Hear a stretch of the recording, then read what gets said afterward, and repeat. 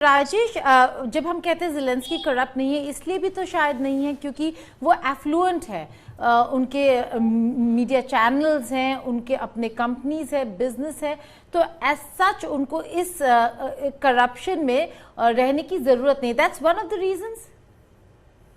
May be that can be true. देखिए, जो भी कारण हो, लेकिन जो पब्लिक है, आम जनता है, उनकी नजर में ये इमेज होना कि ये पॉलिटिशियन करप्ट नहीं है, बिल्कुल करप्शन फ्री है, अपने आप में बहुत बड़ा प्लस पॉइंट है। और ज़ेलेंस्की की चाहे कोई कुछ भी क्रिटिसाइज कर ले, लेकिन उनकी इमेज बहुत क्लीन है। युद्ध के दौरान उनकी जो इमेज एकदम ऊपर गई है, चाहे वो मीडिया क्रिएटेड हाइप ही क्यों ना हो, लेकिन ये लोग पूरी दुनिया में मानते हैं, यूक्रेन में मानते हैं कि उन्होंने बहुत अव्वल दर्जे की जो है लीडरशिप प्रदान की है यूक्रेन को इस युद्ध के कठिन टाइम के दौरान, और वो कहीं ना कहीं बिल्कुल पाक साफ हैं। लेकिन लोगों का यह भी मानना है कि वो इस देश से, यूक्रेन से करप्शन हटाने में नाकाम रहे हैं और आगे भी उनका ये कर पाना लगभग नामुमकिन होगा। शुभंकर जी, अब गीता, सवाल यही है कि आज जो हम एक्ट ऑफ डेस्परेशन की बात करते हैं, ये सवाल मैं इसको थोड़ा और आगे फॉरवर्ड करता हूं कि भारत का जिक्र अगली खबर में करूंगा मैं।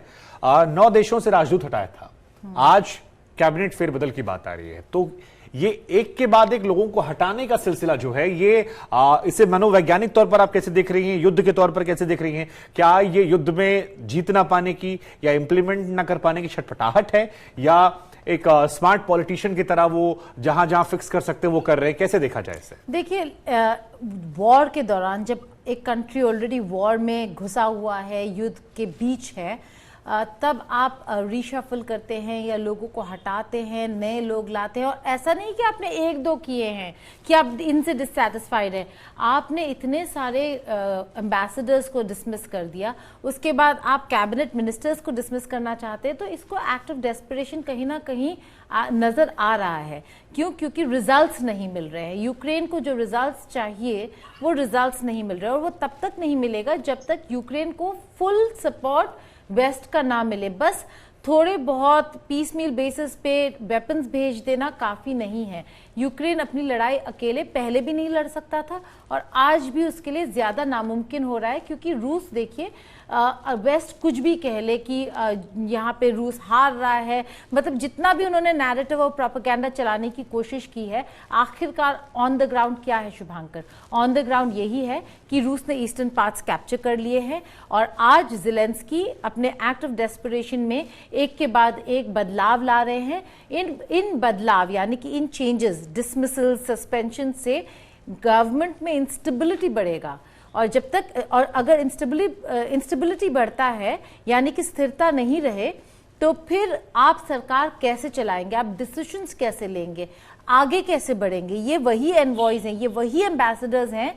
मैं एग्जांपल देती हूँ, जो भारत में यूक्रेन के राजदूत हैं, उन्हें बहुत स्ट्रॉन्ग इंडिया हैंड माना जाता है। बहुत रेयर है ऐसे एम्बेसडर्स भारत में आज जो हिंदी बोल पाते हैं। एम्बेसडर इगोर पॉलिका हिंदी बोलने वाले इंडियन एक्सपर्ट है। तो उनकी गलती नहीं है कि भारत का जो झुकाव है यूक्रेन की तरफ नहीं है इस वॉर में। उनकी गलती इसलिए नहीं है क्योंकि भारत, कोई भी एम्बेसडर होता, रूस के खिलाफ नहीं खड़ा होता। तो आपने ऐसे एम्बेसडर को पनिश कर दिया जो एक्चुअली अब भी अगर कोई रास्ता ढूंढ सकता है एंगेजमेंट का, वो इगोर पॉलिका ही थे। तो कहीं ना कहीं ये जो डिसीजंस है, इनको बहुत, अगर आप करीब से देखें तो लगता है कि ज़ेलेंस्की शायद सोच नहीं रहे हैं, या उनके फॉरेन पॉलिसी एडवाइजर्स उन्हें ठीक से एडवाइज नहीं कर रहे हैं। नहीं तो राजेश, ये इगोर पॉलिका जिनका जिक्र किया जा रहा है, क्योंकि भारत ने एक स्टेटमेंट दिया है जिसमें कहा है कि भारत चाहता है कि रूस और यूक्रेन दोनों बातचीत करें, निर्दोष लोगों की जानें ना जाएं, इनके बीच में मध्यस्थता करने को भी हम तैयार हैं। तो ऐसे में जिन एम्बेसडर का जिक्र यहां गीता कर रही हैं, ऐसे लोगों की भूमिका क्या बढ़ नहीं जाती है, और इनका क्या ज्यादा उपयोग नहीं करना चाहिए था बनस्पत इसके कि आप उन्हें हटा दें? क्योंकि आखिरी रास्ता जो है वो तो हर कोई मानकर बैठ रहा है, चाहे अमेरिका हो चाहे रूस हो, कि वो बातचीत की टेबल से ही निकलना है। अब कब होगी ये देखना है। देखिए शुभांकर, उनको क्यों हटाया गया है इसका सिर्फ हम कयास लगा सकते हैं, एक अंदाजा लगा सकते हैं क्यों हटाया गया है। एक्चुअल रीजन जानना बड़ा मुश्किल है, इस वक्त कह पाना बड़ा मुश्किल है। लेकिन अगर उनको हटाया गया है, और आप जैसे आपने खबर दी कि 9 देशों के एम्बेसडर हटाए हैं, उन देशों के खासकर जो कि कहीं स्विंगिंग वो कंट्रीज हैं, लाइक वो ना रूस को पूरे सपोर्ट कर रही हैं लेकिन यूक्रेन को पूरे सपोर्ट नहीं कर रही, जैसे यूरोपियन यूनियन में हंगरी है, नॉर्वे है, आपने उदाहरण दिए। तो उनको एक्चुअली क्यों हटाया गया है? पर्सनल रीजंस हैं, उनकी पॉलिटिकल लीनिंग्स हैं, उनका सॉफ्ट स्टैंड है, या उनकी लैक ऑफ डिप्लोमेसी है, या लैक ऑफ सक्सेस है? क्या रीजन है एक्चुअली, उसको पिन पॉइंट करना इस वक्त बड़ा मुश्किल है। दूसरा मैं आपको बता दूं कि जो नेगोशिएशन है उसमें एक दो खबर आपको मैं ऐड कर दूं कि तुर्की अभी उसने एक अनाउंसमेंट की है कि वो होस्ट करेंगे एक मीटिंग रूस, यूक्रेन और यूएन के बीच में अनाज को लेकर। जो वहां फंसा हुआ है गेहूं अभी पोर्ट्स के ऊपर, उसको किस तरह से निकाला जाए, इसको लेकर तुर्की में एक बैठक होगी जिसमें रूस, यूक्रेन और यूएन के रिप्रेजेंटेटिव्स भाग लेंगे। इसका एक बड़ी खबर जो मैं आपको आज की बता दूं, जो इस युद्ध से संबंध रखती है, वो ये है कि आज 20-22 साल के बाद डॉलर और यूरो की कीमत बराबर हो गई है। देखिए, लगातार यूरो बहुत ऊपर था डॉलर से, कम 1.2 dollar used to be 1 euro, लेकिन अब वो $1 1 यूरो के बराबर तक पहुंच गया है। ये अपने आप में एक बहुत बड़ा संकेत है जो इस तरफ इशारा कर रहा है कि कहीं ना कहीं जो यूरोपियन इकोनॉमी है वो टैंक कर रही है, लगातार नीचे जा रही है। और अगर यही ट्रेंड जारी रहा तो जैसा कई इकोनॉमिस्ट का मानना है, यूरोप शायद रिसेशन की तरफ जा रहा है, जो कि पूरे विश्व की इकोनॉमी के लिए बहुत घातक साबित होगा। शुभांकर जी, अब राजेश, क्योंकि अब आखिरी सवाल है, एक सवाल आपसे, एक सवाल गीता से मैं लूंगा।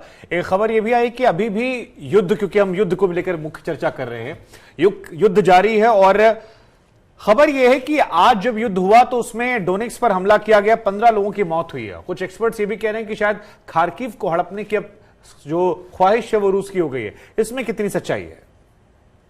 देखिए शुभांकर, जिसमें मैंने आपको कल बताया था, पूरा युद्ध का फोकस अभी स्लोवियांस्क करके एक शहर है दोनेत्स्क प्रोविंस का, दोनों फौजों का वहीं पर है। यूक्रेन रेसिस्टेंस दे रहे हैं और रूसी लगातार उस तरफ आगे बढ़ रहे हैं। ये उनका टारगेट है, सबका मानना है।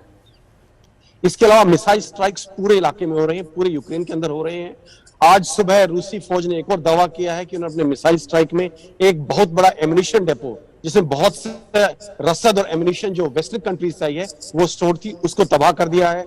इसके अलावा लगातार मिसाइल अटैक्स जारी हैं, और जो मिलिट्री स्पेशलिस्ट हैं, स्पेशली पेंटागन के और ब्रिटेन के, उनका ये मानना है कि रूस धीरे धीरे जो खार्किव शहर और खार्किव ओब्लास्ट है, ओब्लास्ट में लगभग उससे काफी बड़े इलाके पहले से ही कब्जा है, उसको नहीं छोड़ने वाला, उसको अपने कब्जे में पक्का लेगा। उनका यह भी मानना है कि शायद पूरे डोनबास पर कब्जा करने के बाद, क्योंकि खर्सन और ज़पोरिज़िया में काफी बड़े इलाके में उसका ऑलरेडी कब्जा है, उसका next target Odessa port city होगा। उसके बाद यूक्रेन की मुसीबतें बहुत बढ़ने वाली हैं, और वो अगर ऐसा कर पाता है रूस, तो यूक्रेन के लिए बहुत मुश्किल हो जाएगी, क्योंकि उसका पूरा सी ट्रेड जो है वो बंद हो जाएगा और यूक्रेन एक लैंडलॉक्ड कंट्री बन जाएगा। शुभांकर। गीता, इसी पे आखिरी कमेंट आपका कि आप इस युद्ध को अब कहां जाते देख रही हैं? जैसे रिपोर्ट्स आ रहे हैं, खार्किव एक बहुत इंपॉर्टेंट इलाका है। जैसे राजेश कह रहे थे, डोनेट्स्क और लुहांस्क फोकस रहेगा ही रहेगा, क्योंकि डॉनबास को इंडिपेंडेंट बनाना उनका सबसे पहला और इम्पॉर्टेंट प्रायोरिटी है। लेकिन ये सच है कि अगर आप डॉनबास के इलाके को देखें तो वो एक हिस्सा है पूरे ईस्टर्न यूक्रेन और रूस के बीच। अगर आप बफर बनाना चाहते हैं तो बस डॉनबास को इंडिपेंडेंट बनाना काफी नहीं है। खार्किव, सूमी, ज़पोरिज़िया, ओडेसा, मिकोलाइव, इन सब को लेने की जरूरत होगी, और फोकस रूस का अब यही रहेगा कि पूरा इलाका बफर जोन बन जाए। उसके बाद यूक्रेन नेटो जाए, ईयू से हाथ मिलाए, कुछ भी करे, एटलीस्ट एक पूरा टेरिटरी होगा यूक्रेन और रूस के बीच, और ये पूरा इलाका कॉन्फ्लिक्ट जोन बन के रह जाएगा, क्योंकि यूक्रेन इसे हमेशा वापस लेने की कोशिश करता रहेगा।